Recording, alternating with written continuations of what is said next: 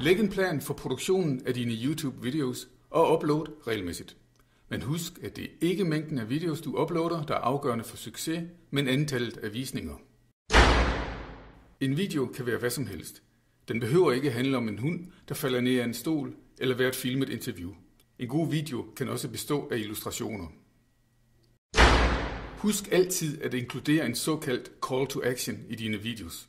En call to action er en opfordring til seeren om at foretage sig noget specifikt. Slut for eksempel af med: gå ind på vores hjemmeside outboxmedia.dk for at læse mere. Husk at tjekke dine videos for kommentarer og svar på dem. Det skaber loyalitet og er med til at trække brugeren ind på dine næste videos. Vælg titlen på din video med omhu. Titlen er et vigtigt parameter, når der søges på YouTube og Google. Lav en spændende titel, der indeholder væsentlige nøgleord.